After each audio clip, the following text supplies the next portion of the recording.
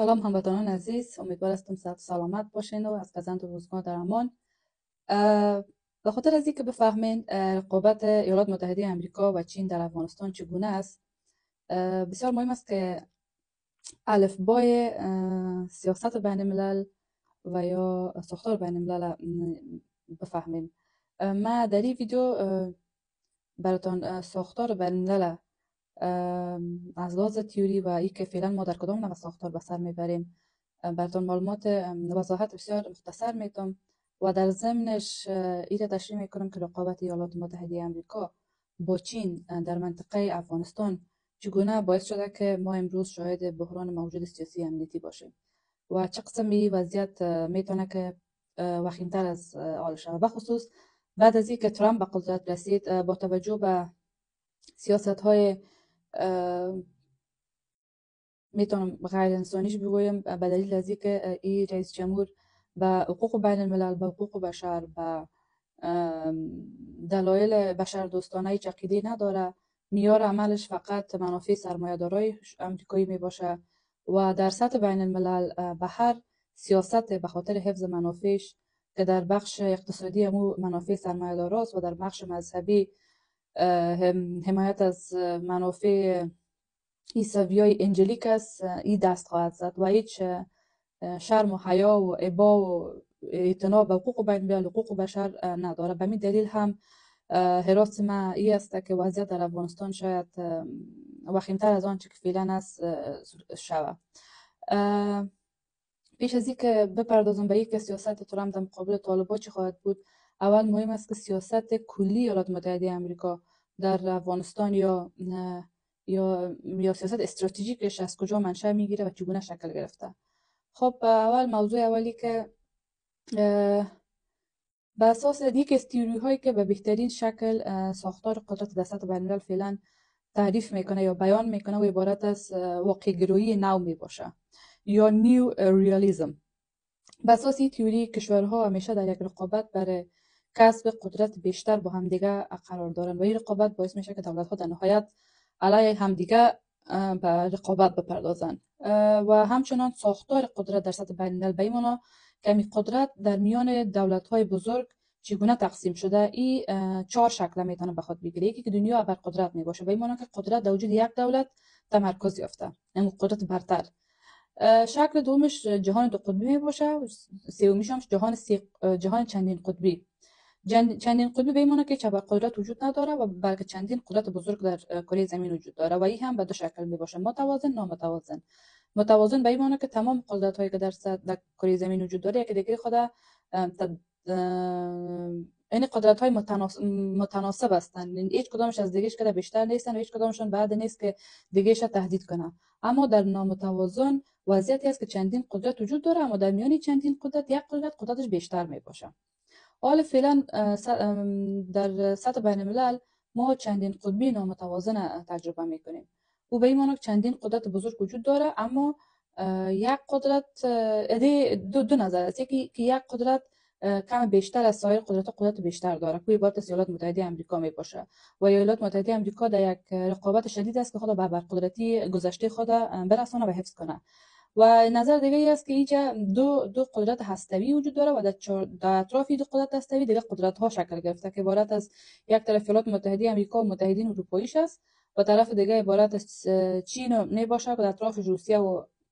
قدرت های دیگه شکل گرفته. به هر صورت یه ساختار قدرت، اما ای که رقابت چگونه میان امریکا و چین روسیه پیش میره و او به وضعیت ما را چه قسم متاثر ساخته. بعد از سال 1990 یعنی پس از جنگ سرد، ایالات متحده آمریکا الی 2014 بر قدرت جهان شناخته میشد.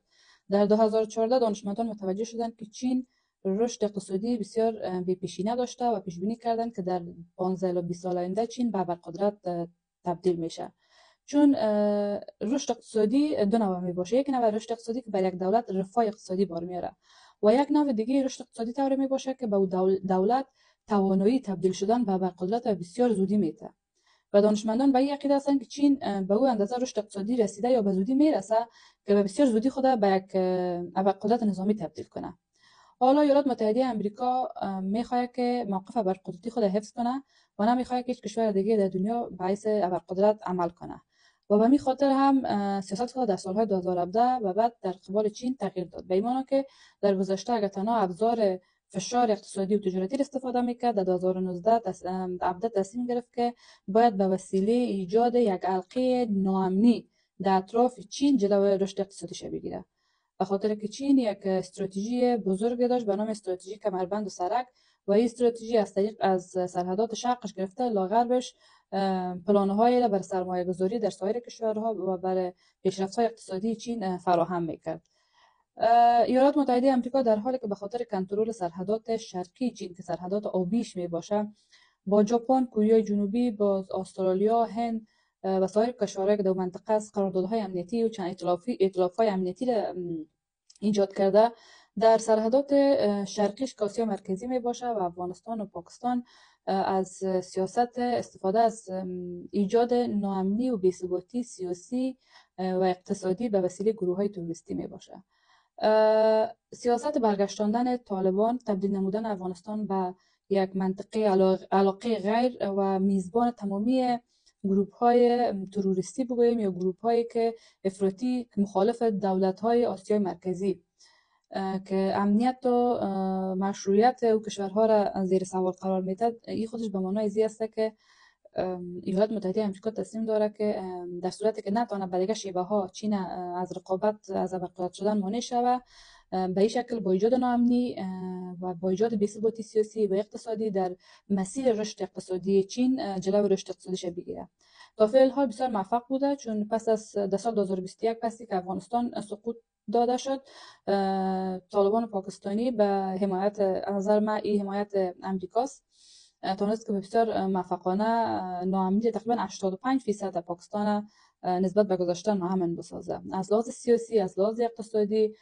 کاملا پاکستان نسبت به گذشته از تحت نفوذ چین بیرون ساخته و بزرگترین پروژه اقتصادی چین که تقریبا 62 بیلیون ارزش داره و اون به نام پروژه سیپک یاد میشه که چین از طریق پاکستان به بندر گوادر در جنوب پاکستان وصل میکنه. این پروژه را کاملا متوقف ساخته و حتی کارمندای چینایی و اتباع چینایی هم در پاکستان مورد تهدید قرار گرفتن. با توجه به این، چونی سیاست در زمان رئیس جمهور ترامپ طرحریزی شده بود، بایدن این سیاست تغییر نداد و تطبیقش کرد. احتمال بسیار زیاد وجود داره که ترامپ همون سیاست خود تعقیب کنه، چون از یک طرف خودش این طرح کرده و از طرف دیگه این سیاست حال بسیار موفقانه تحقق پیدا کرده و واقعا بسیاری از پروژه های چین به چالش کشانده. و این بود دلیل اصلی که ایالات متحده آمریکا چرا از طالبان در افغانستان حمایت کرده و قرار است در سالهای آینده هم حمایت کنه، به خاطر که هدف استراتژیک ایالات متحده آمریکا را در مقابل چین و روسیه تحقق میبخشه.